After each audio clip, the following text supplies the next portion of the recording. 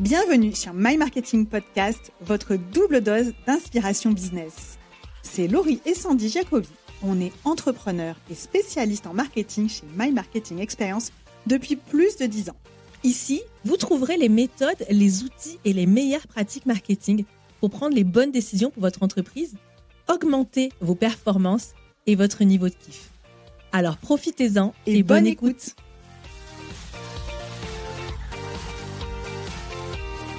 Bonjour et bienvenue pour ce nouvel épisode de My Marketing Podcast. Aujourd'hui, on s'attaque à un sujet assez nouveau en marketing, mais dont on va beaucoup entendre parler déjà aujourd'hui, mais dans les prochaines années.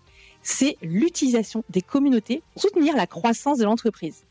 Dans le jargon, on appelle ça le Community-Led Growth. Je l'ai pas trop mal articulé. Et c'est la croissance dirigée par la communauté. Pour parler de ce sujet, j'ai le plaisir d'inviter Romain Collignon, que vous connaissez très certainement déjà. Et si vous ne le connaissez pas encore, Romain est le fondateur de Squared, un accélérateur d'entrepreneurs pour les entrepreneurs sur le web. Salut Romain, comment ça va ? Salut Sandy, ça va très très bien. Je suis très content de pouvoir échanger avec toi aujourd'hui. Écoute, moi aussi Romain, parce que comme je te disais en préambule, ce qui m'intéresse beaucoup, c'est qu'en fait, le sujet des communautés et du community-led growth, il est très, on va dire que si on s'intéresse au marketing, il est très développé pour tout ce qui est SaaS en B2B, milieu du logiciel, mais finalement, on en parle assez peu pour des entreprises qui ne sont pas issues de la tech. Et aujourd'hui, je voulais qu'on explique, qu'on montre comment on utilise les communautés pour développer la croissance, bien sûr si on est dans la tech, mais également quand on n'est pas dans la tech, quand on est comme toi, un incubateur pour entrepreneurs, donc pour vraies personnes, on va dire, physiques. Donc, merci de partager ton expérience directement avec nous. Ma première question, déjà, pourquoi utiliser les communautés pour soutenir sa croissance ? Alors, c'est une bonne question et tu vois, tu as utilisé le terme Community-Led Growth, qui est un concept, une étiquette qui a été mise justement autour de ce concept de communauté pour la croissance de l'entreprise. Je pense qu'il y a des mondes parallèles sur le web. On peut parler des SaaS. Moi, je viens d'une industrie qui s'appelle l'infoprenariat, qui est une industrie assez nouvelle, qui est menée par des entrepreneurs qui ont à la base un savoir-faire, une expertise, et qui, lorsqu'ils le communiquent via des réseaux sociaux, Instagram, YouTube, etc., ont de manière assez naturelle généré autour d'eux de la communauté. Donc c'est pour moi le mot communauté, dans l'industrie dans laquelle je viens et dans l'industrie que l'on sert, c'est un élément qui est juste fondateur, essentiel. Et je pense que le SaaS, qui a plus une culture produit à la base, voit tout le potentiel justement d'utiliser les communautés pour justement faire de la croissance par rapport aux produits qu'ils développent. Donc je pense que c'est un truc assez intéressant à mentionner dès le démarrage. C'est en tout cas culturellement, de l'industrie dans laquelle je viens, la communauté, c'est la base. Vous êtes community-led growth avant que ce soit la mode, quoi. Ouais, et pour te dire, il n'y a même pas de terme. Tu sais, l'amour des marketeurs pour donner des termes jolis et qu'ils les rebrandent d'ailleurs. En général, cycliquement, on leur donne des nouveaux noms pour désigner la même chose. Je me moque un peu de notre métier, mais on a un peu ce travers de le faire. Mais ce que tu es en train de dire, c'est qu'en fait, toi, de l'industrie de laquelle tu viens, c'est un pilier évident pour tout le monde. Ce qui n'est pas le cas pour des industries qui sont plutôt centrées produits en B2B. Et on est très en retard d'ailleurs en B2B là-dessus, où on a tendance à avoir le nez sur son produit et pas tellement sur l'utilisateur. Et finalement, c'est un apport de cette industrie où on n'a rien inventé de nouveau, juste qu'on découvre un peu, genre, ah, mais en fait, c'est pas si mal, ce que vous savez depuis déjà un moment. Hyper intéressant. Merci de remettre l'église au milieu du village, parce que ça fait du bien à tout le monde de dire, on n'a rien inventé, en fait. Ça fait déjà plusieurs années que ça existe. Et à l'inverse, si je peux me permettre, tu vois, la culture produit n'est pas du tout présente dans l'industrie de l'infoprenariat. Et on va regarder justement ce que fait la tech, ce que fait l'industrie SaaS pour justement améliorer le produit, la formation que peut vendre auprès de nos communautés. Donc c'est très enrichissant en fait. Hyper enrichissant, ça ferait presque un deuxième épisode tellement c'est enrichissant. Mais je te rejoins de manière générale. Là, c'est un petit aparté, je pense que tu seras d'accord avec moi. Il ne faut pas hésiter à aller regarder ce qui se fait ailleurs, benchmarker dans d'autres industries pour aller prendre ce qui fonctionne le mieux et l'adapter. Bien sûr, on ne peut pas copier-coller, mais l'adapter à sa propre industrie. Donc, merci pour ce partage. Moi, je remarque quand même qu'il y a une grosse différence entre ce qu'on appelle la communauté et l'audience, et c'est pas toujours clair pour tout le monde. Et je vais te partager une stat super rigolote que j'ai lue juste avant, où il y a 48% des marketeurs qui font du community-led growth. J'ai envie de te dire, je ne sais pas d'où sort cette stat, je suis extrêmement perplexe par rapport à cette donnée, et ce qui me fait penser que on confond un peu l'audience et la communauté. pour moi, il y a une grosse différence. Je veux savoir comment toi, tu la formalises. Qu'est-ce que tu différencies entre l'audience et la communauté? Il y a deux éléments principaux. Je pense qu'une facile à comprendre, c'est le sens dans lequel l'interaction se fait entre une entreprise et audience-communauté. Par exemple, pour une audience, c'est unidirectionnel. C'est-à-dire que l'entreprise va communiquer auprès d'un panel de personnes, un pool de personnes, sans forcément qu'il y ait un retour de cette audience en contrepartie. Typiquement, on a une liste email, on va communiquer, on va balancer. Les gens vont venir voir sur le site internet, mais il n'y a pas d'interaction entre cette audience et l'entreprise. Maintenant, quand on est dans une communauté, il y a deux sens supplémentaires. Il y a la communauté qui a la possibilité d'interagir avec l'entreprise. Et donc ça, c'est aussi une des façons de voir une différence entre la communauté et l'audience. Et ensuite, la communauté agit entre elles. Quand on a une audience, généralement, c'est des personnes esselées dans leur coin. Il n'y a pas de connexion entre les différents individus. Or, dans une communauté, il y a quelque chose qui se crée au sein même des personnes qui constituent ce pool qu'une entreprise va pouvoir toucher. Donc, c'est tridimensionnel, en fait. C'est que dans l'audience, finalement, c'est de la communication qui va être plutôt descendante. Il n'empêche qu'on peut avoir du contenu de très grande valeur et c'est pour ça qu'on va avoir une audience parce que les gens suivent pour le contenu. Toi, ce que tu me dis, c'est que quand tu as la communauté, tu as des couches supplémentaires, un peu comme un oignon en fait, où tu vas avoir la communauté qui peut directement interagir avec la marque, le founder, on va plutôt parler de marque avec la marque et qui peut également interagir avec le reste de la communauté. Donc, il y a vraiment 3 niveaux. Tu as 3 niveaux et puis tu as mis le doigt sur ce que j'allais pouvoir développer après, c'est que là, on parle de marque ou d'entreprise. Et en fait, une communauté elle commence à naître lorsqu'elle est portée par un founder, un leader, quelqu'un de charismatique, il y a quelque chose de très humain. Et c'est pour ça que peut-être juste sur le mot communauté, une communauté va se créer lorsqu'elle est portée par un leader. Et c'est rare qu'une entreprise ait cette posture de leader. Il y a le côté humain, il y a le côté relationnel, il y a le côté lien avec un être humain représentant l'entreprise qui est essentiel si on veut créer une communauté. Sinon, ça se fait pas. Donc, c'est peut-être pour ça, aujourd'hui, notamment dans les boîtes SaaS, où on voit des leaders, des fondateurs, des CEO qui ont aussi leur personal brand, qui ont aussi leurs valeurs, qui ont aussi le pourquoi ils ont mis en place cette entreprise, qui va forcément attirer ou repousser des personnes de cette communauté. Donc, il y a vraiment un lien aussi communauté avec quelque chose de très humain par rapport à une audience qui peut être juste attirée par un produit et un service. Si je traduis ce que tu déjà plantes comme graine, c'est que une communauté, ça doit avant tout être incarné. C'est une relation entre des humains et même au niveau de l'entreprise et au niveau de la marque, ça doit être incarné par un leader. On n'est pas juste dans une communauté de marque. D'ailleurs, je ne sais même pas si on peut vraiment parler de communauté de marque dans le sens où est-ce qu'on interagit vraiment avec un logo ou on interagira toujours avec un leader au travers de sa marque. On va peut-être en discuter. Je pense que ça va être un gros sujet, un gros sujet de discussion dans ce podcast. En tout cas, moi, ce que je vois ici, c'est que c'est un sujet, si aujourd'hui vous y intéressez pas, qui vaut le coup de s'y intéresser parce que clairement, on est dans une économie, on est dans une phase d'incertitude où il y a une crise de confiance envers les marques et où comment regagner la confiance, c'est à travers l'humain. Aujourd'hui, tout est digital, beaucoup. On est toujours face à des chatbots. On se méfie beaucoup des fakes aussi en ligne. Est-ce que c'est de l'information qui est réelle? Est-ce que la vie est réelle? Et finalement, cette communauté, c'est un moyen de rassurer les personnes, de créer de la confiance. Arrête-moi si je dis une bêtise. Le miracle qui se passe avec la technologie et en même temps les travers qui se passent avec la technologie, c'est la perte du lien et du sens qu'on va essayer de regagner avec les communautés. Tu dois être familière avec le terme no like and trust. Ce que va chercher à faire une marque, notamment pour augmenter la conversion autour d'un produit, c'est autour de cette marque, qu'elle soit connue, qu'elle soit visible, qu'elle soit aussi aimée, et puis une marque dans laquelle on a confiance. Et c'est vrai que quand on a une communauté qui est aussi liée à un leader, si on fait les choses bien, il y a ce lien, cette relation, cette confiance qui naturellement en fait, va générer beaucoup plus de conversions sur peut-être l'achat d'un premier produit, mais aussi sur la LTV. Une communauté a beaucoup plus de valeur pour une entreprise que simplement une audience qui, on pourrait assimiler, mais peut-être que je tire un gros trait là-dessus, à un achat unique, peut-être 2 achats, quelque chose qui est... L'opportuniste, en tout cas. Exactement, qu'une communauté. Une communauté qui est liée à un leader, aussi, c'est important de le rappeler, adhère généralement aux valeurs du leader. Et finalement, tout produit ou service qui pourrait être porté par une entreprise avec son leader à côté, comme c'est les valeurs, c'est ce qui a attiré et repoussé cette communauté, la rétention et l'achat multiple est beaucoup plus augmenté. J'ai pas les chiffres sur ça quand on a une communauté plutôt qu'une audience. Ça vaudrait le coup de les chercher. Je sais pas s'il y a encore des stats là-dessus, mais je te rejoins. Le développement des communautés permet d'augmenter la fidélisation.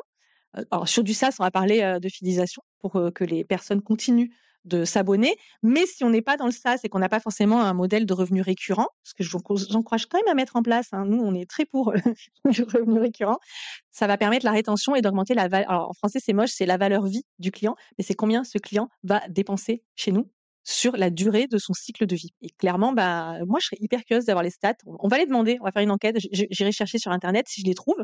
Je vous les mettrai en description de cet épisode. Donc, je pense que c'est clair pour tout le monde qu'il y a un réel intérêt, pas juste business à court terme. On ne parle pas d'un hack magique qui va vous faire gagner des millions dans les 6 prochains mois. Pas du tout. On parle d'une tendance de fond, limite sociétale, j'ai envie de dire, pour les entreprises pour continuer d'être pérennes dans leur business. Du coup, Romain, on va passer au vif du sujet. Là, on va attaquer un peu, je dirais, ton plan d'action. Pour toi, si je pars de zéro, quelles sont les étapes, et j'inclus les prérequis, pour construire une communauté? Ça commence par un leader qui a des valeurs et qui finalement va pouvoir... Alors, je vais peut-être expliquer, nous, comment j'ai vraiment lancé la communauté à l'époque. On a une communauté d'entrepreneurs, et même si je suis entrepreneur depuis 2008, la communauté, elle est vraiment née en 2016, tu vois, il y a 8 ans. Et ça s'est passé la façon suivante, c'est que simplement réunir un pool de personnes qui ont les mêmes valeurs, qui adhèrent aux produits, et sur lequel le leader, ou tout au moins l'équipe du leader, va partager des enseignements, partager des choses de manière très régulière auprès de sa communauté, et qui a un idéal, une espèce d'objectif qui va driver, qui va être le moteur, un petit peu l'étoile du Nord de cette communauté. Parce qu'une communauté, pour qu'elle soit ensemble, oui, il faut qu'elles aient les mêmes valeurs, mais il faut qu'elles aient les mêmes aspirations, un même objectif. Et c'est pour ça que des fois, quand on a un produit et qu'on a une boîte SaaS, c'est compliqué d'avoir une communauté, parce que au final, à quoi on aspire? Et je pense qu'il y a des boîtes qui le font très très bien. C'est la mission de l'entreprise.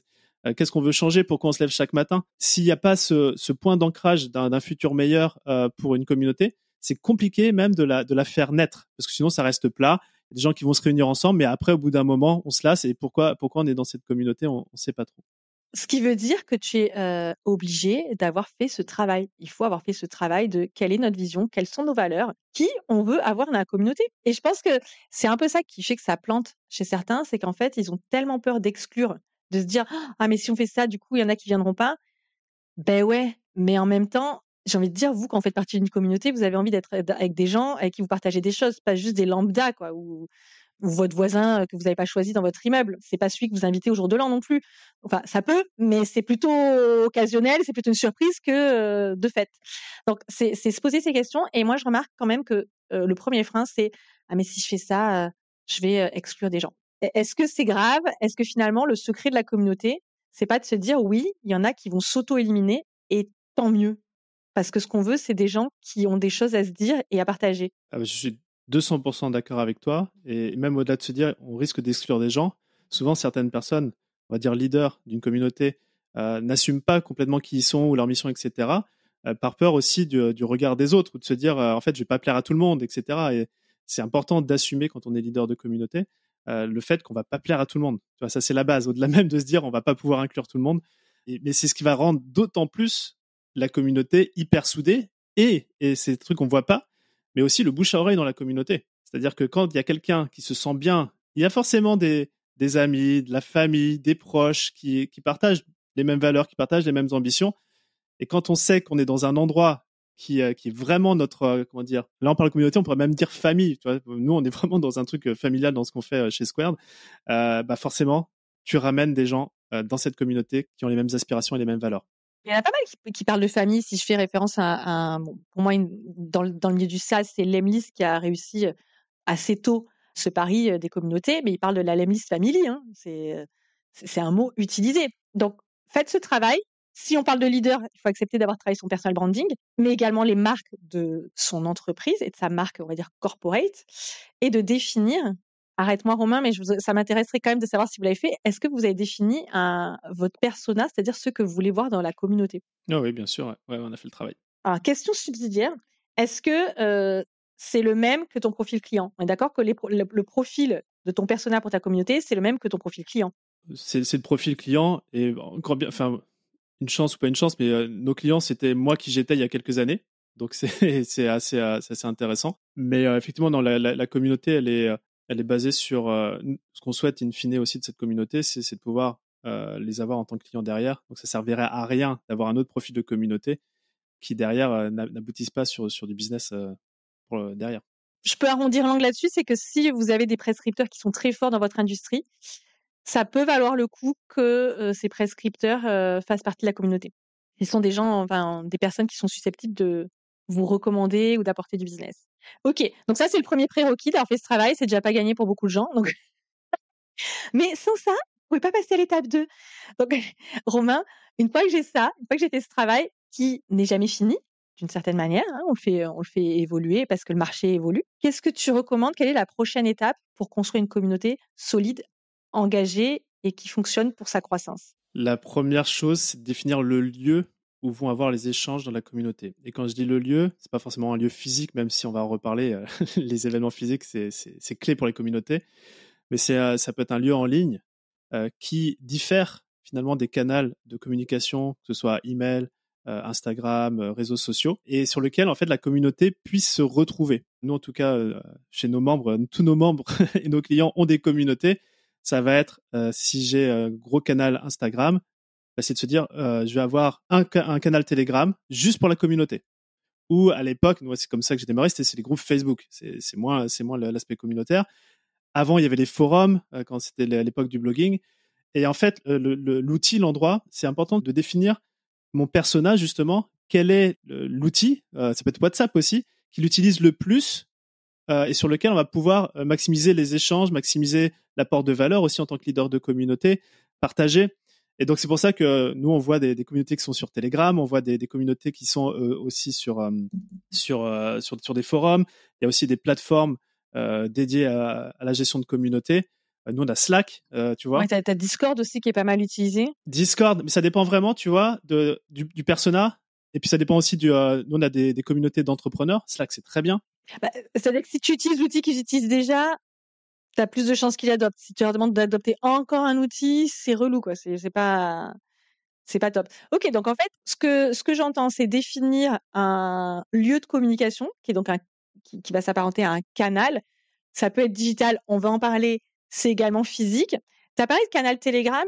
Bon, finalement, peu importe l'outil. Moi, ce que je voudrais bien qu'on appuie, c'est que est-ce que c'est des communications qui sont exclusives ou tout le monde peut rejoindre la communauté? Ça dépend vraiment des business models qu'on a derrière.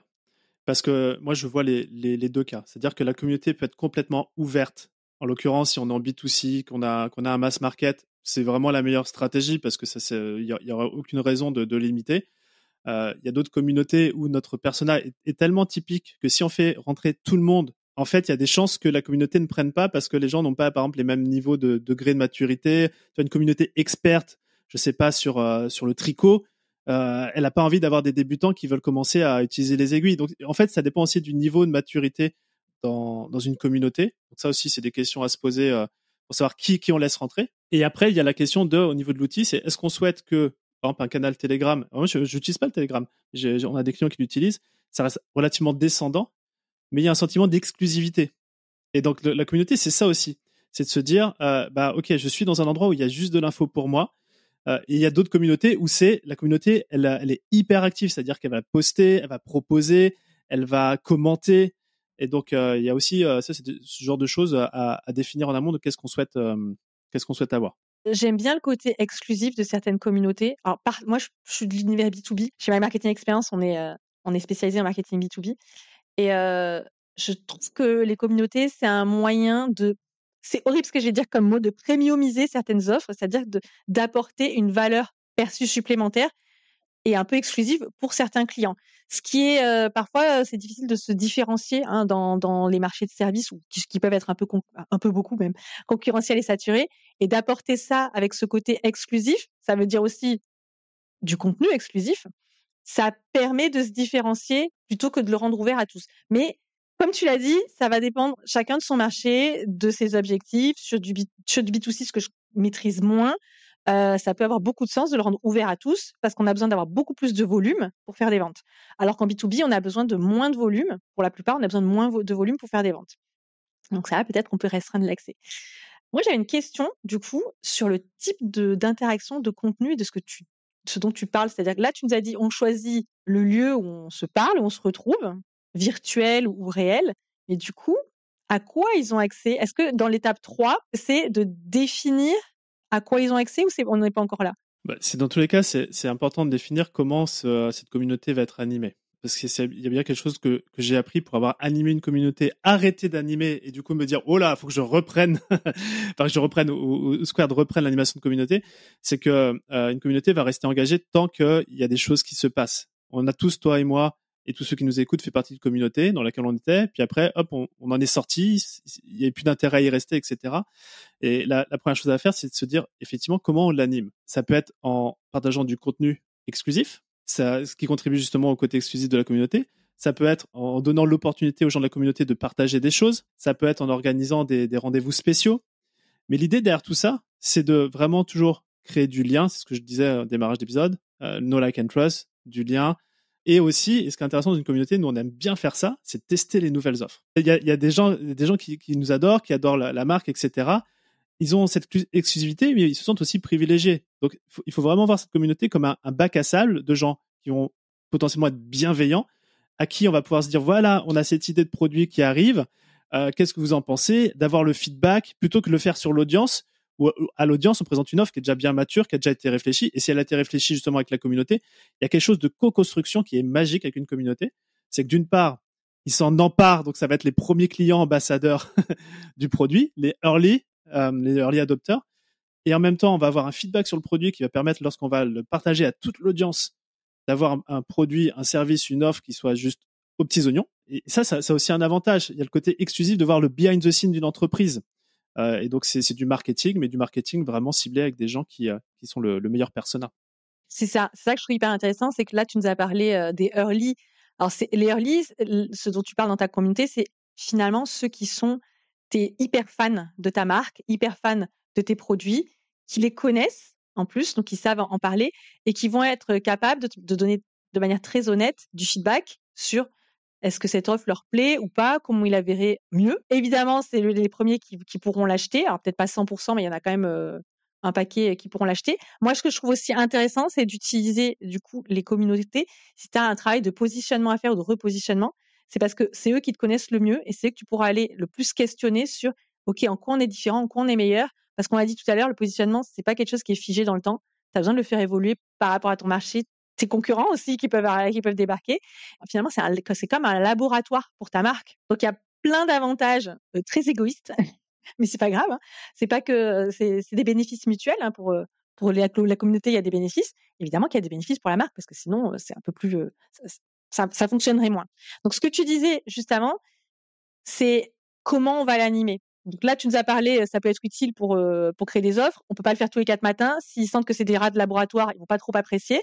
Donc, en revanche, comment on va l'animer? Est-ce que tu peux nous en dire plus sur le type de qu'est-ce qu'il faut que je prévoie? Est-ce que il faut que je prévoie une fréquence? Est-ce qu'il faut que je prévoie de pas être seule? Parce que j'imagine que si c'est animé 10 personnes, c'est gérable encore tout seul. Si c'est animé 100 personnes, ça commence à être compliqué. Si c'est animé 3000 personnes, c'est encore plus compliqué.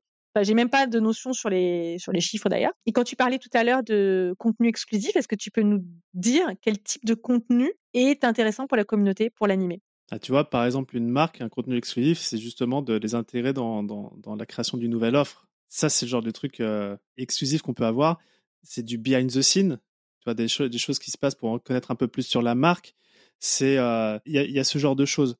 Et ce que tu dis effectivement dans l'animation, je crois que le mot d'ordre, c'est la régularité. C'est-à-dire que peu importe ce qu'on va faire, mais l'engagement qu'on va prendre, faut que ça soit régulier. Donc je sais que quand on peut partir sur une communauté, on est tout feu, tout flamme. On y va, on est au taquet tous les jours. Après, on est des êtres humains et on a besoin aussi de temps de pause, etc. Donc, je pense que il faut partir sur un minimum d'animation et très, très vite de pouvoir utiliser la communauté comme vecteur d'animation et de juste passer d'un rôle de contributeur lorsque l'on crée la communauté, pour donner l'exemple, ça c'est hyper important, à un rôle de facilitateur sur laquelle en fait on va juste gérer les synergies entre les gens qui auront pris un petit peu le moule sur la façon d'animer une communauté. Donc il y a vraiment, c'est vraiment en 2 temps que ça se passe, et après effectivement en fonction du nombre de personnes, eh bien ça vaut le coup de se dire qui on met en place. Moi j'ai jamais animé des communautés de 3000. En même temps, regarde sur un groupe Facebook qui était notre première communauté en 2016. Je me demande si on n'a pas genre 2500 personnes dessus. Mais après, justement, c'est plus des questions de modération. Et je sais qu'à l'époque, je dis à l'époque parce qu'en fait, maintenant, les groupes Facebook n'étaient plus l'outil à la hype, notamment pour les communautés d'entrepreneurs. On a migré de ça. Mais en tout cas, à l'époque, c'est sûr que j'avais vraiment fait la transition, parce que je l'animais seul au démarrage, à faire en sorte que la communauté anime. Je vais donner un exemple tout con. On était connus pour faire les calendriers de l'Avent de Noël. Alors, c'était des posts sur l'entrepreneuriat. J'aurais pu, à titre personnel, écrire le 1er décembre, le 2 décembre, etc. Sauf que 2 semaines avant, on disait, il y a le projet du calendrier de l'Avent qui veut écrire un post marketing ou etc. Énormément de gens levaient la main parce qu'il y avait une visibilité, il y avait un côté, ok, je peux partager mon expertise, etc. Donc l'idée, c'est vraiment, quand on anime une communauté, de se dire, ok, je donne les moyens pour que la communauté puisse innover. Ah bah c'est un exemple que je trouve hyper intéressant et très mignon en plus, je trouve, l'exemple du calendrier de l'Avent. Mais ça On peut l'a fait, être. on l'a fait pendant pas mal d'années, c'est pour ça. C'était un peu un marronnier, mais c'était en décembre. Oui, bah, j'imagine. Mais après, on peut reprendre l'idée pour plein de choses. Dire qui veut animer peut-être une conférence, qui veut nous partager son expérience sur un sujet. Ce qui se fait finalement souvent sur des petits groupes peut être fait sur des tailles de communautés qui sont plus importantes. Moi, j'ai une question. Est-ce que tu as déjà eu le cas, et si tu l'as pas eu, bah, je vais te demander de te mettre dans ce cas-là, d'une communauté où finalement c'est beaucoup de concurrents qui font partie de la communauté? Est-ce que c'est facile? Comment on peut s'y prendre pour les faire adhérer, pour animer, pour finalement ils prennent la parole sans avoir peur, bah, qu'il y ait tous les concurrents et qu'ils entendent parler ou qu'ils copient, ou parce que c'est un truc que je retrouve assez souvent quand même. Ah ouais, mais si j'y vais, il y a tous mes concurrents, ils sauront tout. Est-ce que tu penses que c'est une peur légitime, et deux, comment, quand tu animes une communauté, tu peux dissoudre cette peur? Ouais, je crois qu'en vrai, moi j'ai réglé le problème de la concurrence en me disant que j'ai ce modèle d'inspiration de la concurrence. Tu vois, nous, on organise beaucoup d'événements, de mastermind. Il y a beaucoup de personnes qui s'inspirent de ce que l'on fait pour faire leur propre mastermind, mais on est toujours en position de leader. Donc il y a ce premier truc-là. Et le deuxième truc, c'est que tu peux pas éviter ça. Tu peux pas éviter que sinon tu deviens complètement schizophrène à te dire je vais checker n'importe quelle personne. Il suffit juste de s'inscrire avec un autre nom pour pouvoir entrer dans une communauté. Maintenant, je pense que c'est important. Il y a des règles de vie dans une communauté. Il y a des do's, il y a des don'ts. Et finalement, si quelqu'un par exemple veut faire sa propre promo sur ta communauté que tu as rassemblée, ça, si c'est un don't, on fait pas ça. Bah, la première personne qui le fait, dans son partage, elle exclut, elle est même pas publiée. Ça fait partie des règles de vie de la communauté. Il y a toujours, il faut montrer l'exemple. Il y a ce cas-là, mais du coup, j'entends qu'il y a une modération sur la publication. Si tu veux que la communauté, elle vive, alors, tout dépend des volumes de la communauté. Ce qui est assez intéressant, c'est justement quand on initie une communauté, c'est de montrer l'exemple. C'est-à-dire que les premiers membres fondateurs qui vont rentrer dans cette communauté et sur lequel le leader va montrer l'exemple. C'est comme ça qu'on échange, c'est comme ça qu'on fait des posts, c'est comme ça qu'on partage de la valeur. L'être humain, il a tendance quand il rentre dans un nouvel endroit, à se conformer à ce qui se passe déjà dans cet endroit. Par contre, si effectivement dès le démarrage, c'est à la one again, tout le monde peut faire ce qu'il veut dedans dans la communauté, qu'il n'y ait pas de cadre finalement. Quand on crée une communauté, c'est créer un cadre dans lequel la communauté va pouvoir évoluer. C'est sûr que derrière, c'est dur de rattraper. C'est pour ça que vraiment, le démarrage d'une communauté, c'est important d'y mettre de l'intention, de l'énergie aussi, et de montrer l'exemple de ce qu'on souhaite voir comme interaction à l'intérieur de la communauté. De la régularité, hein, tu l'as dit, je vais le redire, de la régularité. La régularité, ouais. Ok, je vais reprendre la question parce que là, tu as répondu à une partie de la question, mais moi, ce que je voulais aussi savoir, c'est si les membres de ta communauté sont tous concurrents. Écoute, j'ai pas eu le cas. Est-ce que tu auras un exemple? Je sais pas, moi, je fais une communauté qui réunit que des agences marketing B2B. Voilà, c'est pour des communautés. L'ambition, c'est un nouveau modèle pour être. On va reprendre un peu ce que tu fais, hein, pour être plus libre, pour rester une entreprise à taille humaine, mais pouvoir développer du chiffre d'affaires. Et tu t'adresses aux agences parce que tu as l'expertise là-dessus et tu sais que comme tu disais toi, c'est le moi d'il y a 5 ans. Voilà, demain, je veux monter ma communauté et je veux que des gens qui veulent faire des agences marketing, ce qui est pas le cas, hein, mais peu importe. Je vais me retrouver qu'avec des concurrents potentiels, les uns à côté des autres. Tu peux prendre la même chose pour les experts comptables, hein, c'est pareil. Si ta communauté est composée du même métier, voilà. Du coup, ça va être que des concurrents. Est-ce que c'est envisageable d'avoir une communauté quand même? Je sais pas, parce que c'est vrai que là, quand tu me dis métier agence, je suis en train de demander est-ce que finalement leur pool commercial, par exemple, est local. Tu vois, est-ce que c'est une agence à Monaco, est-ce que c'est une agence, etc. Et auquel cas, tous les partages qui vont se faire, parce que c'est nous ce que l'on a, c'est qu'on a des entreprises qui ont le même métier, par contre, ils n'ont pas la même expertise. Mais au final, il y a très très peu de concurrence. Et quand bien même, quand on a un personal brand, les clients achètent aussi pour l'expertise, mais ils achètent aussi pour le leader. C'est vrai qu'on n'a pas ça. J'essaie de mettre dans la peau d'une agence, faudrait tester. J'ai pas la réponse. J'arrive vraiment pas à conscientiser le fait qu'il y ait que des concurrents dans une communauté. J'ai jamais eu le cas. Ça vaudra le coup d'y réfléchir. Moi, ce que je te rejoins quand même sur un truc, c'est que même si sur le papier, tu as le même code NAF, par exemple, ça fait pas forcément de toi des concurrents. Tu peux ne pas avoir la même cible. Et surtout, en termes de branding, tu peux ne pas attirer les mêmes populations du tout. De par tes valeurs, si tu as fait ce travail d'ailleurs, de par tes valeurs, ton positionnement, tu peux ne pas attirer les mêmes personnes. Mais je pense que dans certains secteurs d'activité, si vraiment tu attires uniquement des concurrents les uns avec les autres, c'est pas impossible, mais il faudra vraiment se poser la question de comment on va générer les interactions, comment on va faire en sorte que tout le monde se sente safe de communiquer au sein de la communauté. Mais c'est pas impossible à mon sens, je pense.